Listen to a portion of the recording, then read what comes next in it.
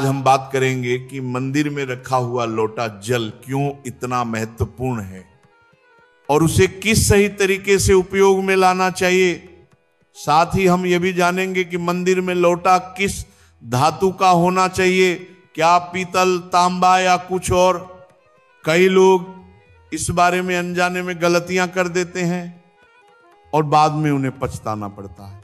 आज के इस प्रवचन में हम आपको बताएंगे कि इन गलतियों से कैसे बचना है, क्योंकि इससे नुकसान हो सकता है। मंदिर में एक लोटा जल हमेशा सही तरीके से रखना चाहिए। अब बात करते हैं घर के दीपक की। क्या आपको तांबे, लोहे, पीतल, कांसे, स्टील या मिट्टी का दीपक रखना चाहिए? सही दीपक का चुनाव न करने पर भी घर में परेशानियां आ सकती हैं। और दीपक की बाती का चुनाव भी उतना ही जरूरी है। क्या कच्चा कलावा ठीक है या फिर रुई या सूती धागा सही रहेगा? इन छोटी छोटी बातों की अनदेखी से पितृदोष, शनि दोष, कालसर्प दोष या गरीबी जैसी समस्याएं तक हो सकती हैं। बहुत से लोग पूछते हैं कि मुख्य द्वार पर जल छिड़कने का सही समय और तरीका क्या है? क्या इसे स्नान के बाद करना चाहिए या बिना स्नान किए भी किया जा सकता है? और क्या झाड़ू लगाने से पहले जल छिड़कना चाहिए या बाद में? एक और सवाल जो अक्सर पूछा जाता है, क्या मासिक धर्म के दौरान मुख्य द्वार पर जल छिड़क सकते हैं या दीपदान कर सकते हैं? और जब मुख्य द्वार पर जल चढ़ाएं तो इसे अंदर की ओर चढ़ाएं या बाहर की ओर? फ्लैट या किराए के घर में रहने वाले लोग पूछते हैं कि मुख्य द्वार पर दीपदान और जल छिड़कने का सही तरीका क्या है। आज का यह पूरा प्रवचन इन्हीं सवालों के उत्तरों पर आधारित है। सबसे पहले जानेंगे कि घर के भीतर और बाहर दीपक जलाने के क्या फायदे हैं। खासकर घर के बाहर दीपक जलाने के जो 5 बड़े लाभ होते हैं वे आपको चौंका भी सकते हैं। भगवान की पूजा में दीपक जलाने का महत्व सब जानते हैं।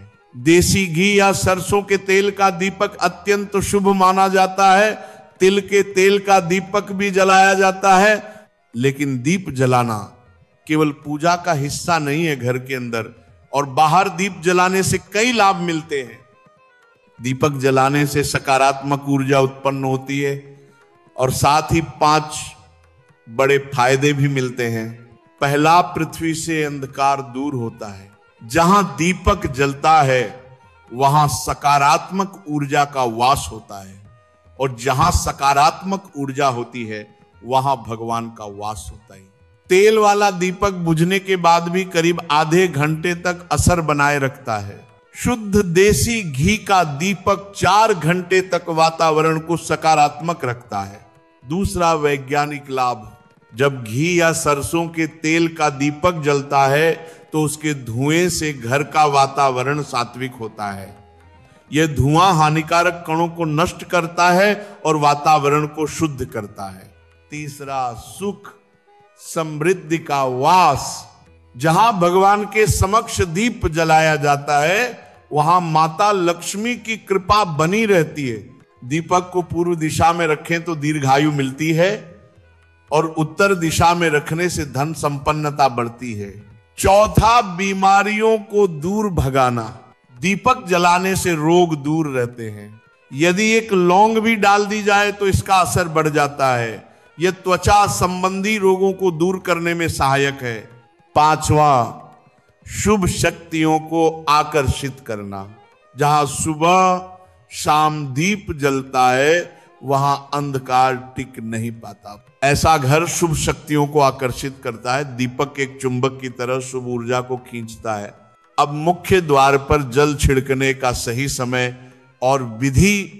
रात को सोने से पहले एक पात्र में जल भरकर रख दें।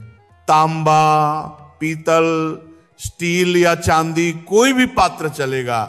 यदि गंगा जल उपलब्ध हो तो थोड़ा सा डाल दें, नहीं है तो शुद्ध जल भी पर्याप्त है। इस पात्र को रसोई में रख दें। सुबह उठकर सबसे पहले इसी जल का छिड़काव मुख्य द्वार पर करें। सूर्योदय से पहले छिड़कना सर्वोत्तम है। सूर्योदय के बाद चाहे तो अन्य जल से द्वार धो सकते हैं, कोई समस्या नहीं। बहुत लोग पूछते हैं क्या इसके लिए स्नान करना जरूरी है? नहीं, स्नान आवश्यक नहीं। सुबह उठते ही रसोई जाएं, जल लें और मुख्य द्वार पर छिड़कें। इस समय मां लक्ष्मी और अपने पितरों का स्मरण अवश्य करें। कहते हैं सुबह सुबह माता लक्ष्मी घर घर आती हैं। जिन घरों के द्वार खुले हों और जहां जल का छिड़काव हो वहां लक्ष्मी का प्रवेश होता है। इसके बाद लोग पूछते हैं कि झाड़ू पहले लगाया जाए या जल छिड़का जाए। उत्तर सबसे पहले जल छिड़कें, उसके बाद झाड़ू लगाएं। सुबह उठते ही सबसे पहले हथेलियां देखकर देवी देवताओं का ध्यान करें, फिर धरती को प्रणाम कर दाहिना पैर जमीन पर रखें, फिर रसोई से जल लेकर द्वार पर छिड़कें।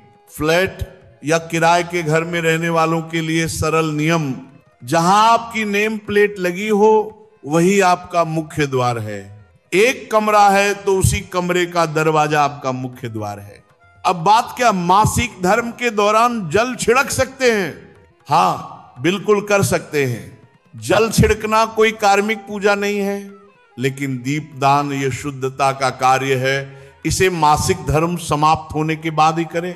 अब मंदिर में जल रखने का प्रश्न, मंदिर में एक लोटा जल अवश्य रखें। पूजा, मंत्र जप, प्रार्थना, इन सबकी ऊर्जा उस जल में समाहित हो जाती है। ये जल अत्यंत सकारात्मक बन जाता है। सुबह की पूजा में रखा जल अगले दिन घर में छिड़क दें। बीमारियों से रक्षा करता है, नकारात्मक ऊर्जा को दूर करता है। यदि परिवार में कलह हो तो सबको थोड़ा सा जल पिलाएं, विचार सात्विक बनते हैं।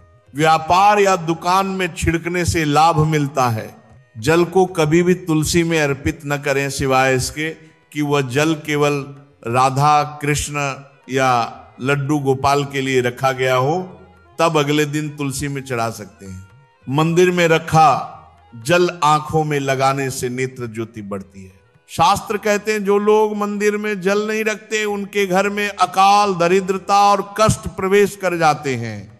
यदि जल में कीड़े पड़ जाएं तो पूजा के बाद ढक दें, अगले दिन जल शुद्ध रहता है। मुख्य द्वार पर जल छिड़कते समय गणपतये नमः बोले, इससे हर विघ्न दूर होता है। अब दीपक की धातु, स्टील का दीपक शनि को नाराज करता है। लोहे का दीपक गरीबी लाता है। कांच का दीपक राहु केतु को उद्वेलित करता है, बिल्कुल न लाएं। पीतल, तांबा और मिट्टी का दीपक अत्यंत शुभ और लक्ष्मी आकर्षित करता है। बाती रुई या कच्चा कलावा सबसे उत्तम। सूती धागे को हाथ से मरोड़कर बनाई गई बाती अशुभ मानी गई है। अब मंदिर में घंटी क्यों?